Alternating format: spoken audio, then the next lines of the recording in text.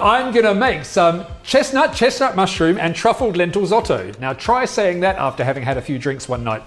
Or maybe we will. Okay, so here we've got a hot pan. I need that pan a little bit hotter now. You see that was starting to smoke there and it stopped smoking, like most of us have done these days. Okay, so now I want you to tip in the mushrooms. Do be careful, this is a hot pan. You want a really healthy sizzle, a magical sizzle. And now I know you have this habit. Fern has this habit that you usually find in men rather than women actually. She likes to shake. Now you can shake the pan a little bit, but don't shake it too much once the mushrooms go in, because all you're doing there is you're taking heat away from the pan, and then they won't fry as nicely. Then you won't get that golden brown caramelization, and that caramelization is what is going to give us a lot of the flavor. Okay, so while that's frying away cheerfully there, I'm going to introduce you to one of my favorite things for a very long time, a very, very long time. These are porcini mushrooms. The porcini mushrooms are soaked in a vegetable stock. And this tastes a little bit sort of, this is a vegan dish, so I don't want to say meaty, but it does, it kind of tastes meaty, or like Vegemite. Vegemite's good where I come from. And this is going to be the stock, this is going to provide the sort of guts, you know, where we're going to go here. So we're going to fry those first of all, a little bit, and then we're going to add these. Then here I've got some baby spinach. I've also got some little Brussels sprouts. These are kind of leftover sprouts, if you like. This is nice in this, and I just couldn't resist them when I saw them in my fridge, okay? So I brought them.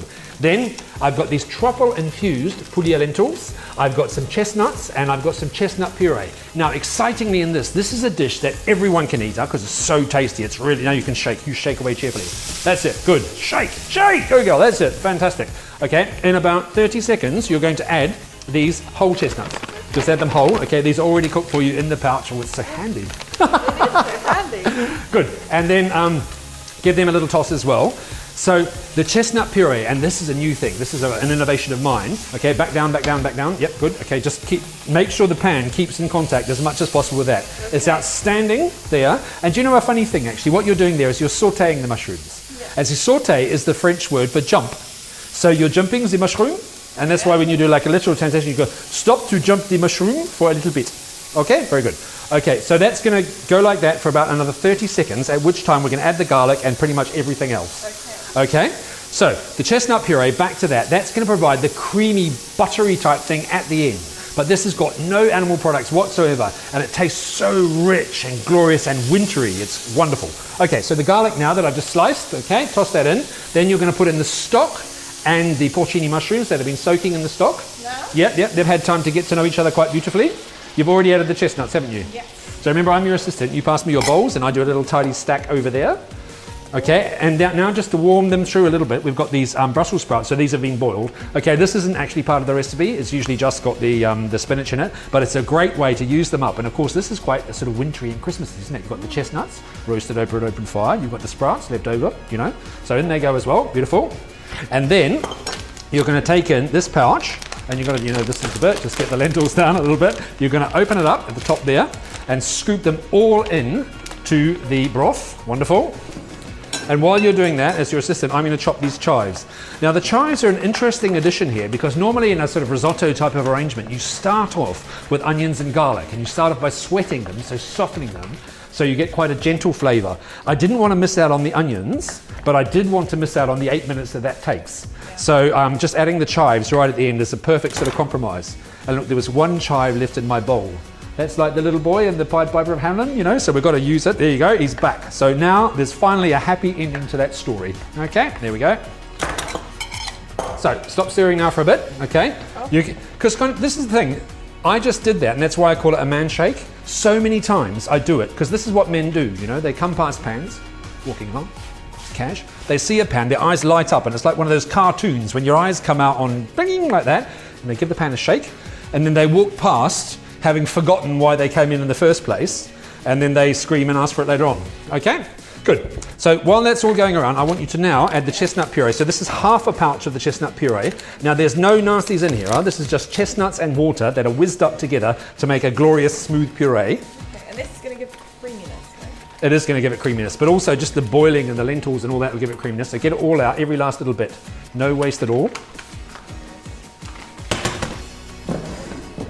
Stir it all in. Stir it all in, yeah, absolutely. Stir it in until it's all broken up. The last thing that you can do, and you don't need this if you have the sprouts, you can have one or the other, but this is a really interesting thing to see, because here you're wilting the spinach into the mixture. So just sort of stir that around just until it's softened, and I'll turn this down now. I'm going to figure out how to do this. This is a very high-tech piece of kitchen equipment down here. I'm used to having gas. Oh, there we go. Done it. So here you just, I'll give you a little tip here. You get in behind, it's almost like a fold. So you tip them, and you can see now, beautifully, as that, see there's all these words, you just have to chuck in it beautifully, don't you? I had to do that. As this gets in contact with the heat, it starts to wilt and soften. So all of the goodness of the spinach, rather than going in another pan or in water, just goes into the mixture. Okay, so just give that one more boil and then we're away. Now, do you know what the most important part of cooking is? Tasting. So you have to now taste, and don't double dip, or we'll get in trouble on the internet. So have a little taste. I shouldn't think you need any salt, but you might need a bit of pepper. And this type of thing, you know, the zottos, the lentilzotto, the fricasotto, the quinoa zotto, they all like a good bit of pepper. So shall I grind? Just grind away.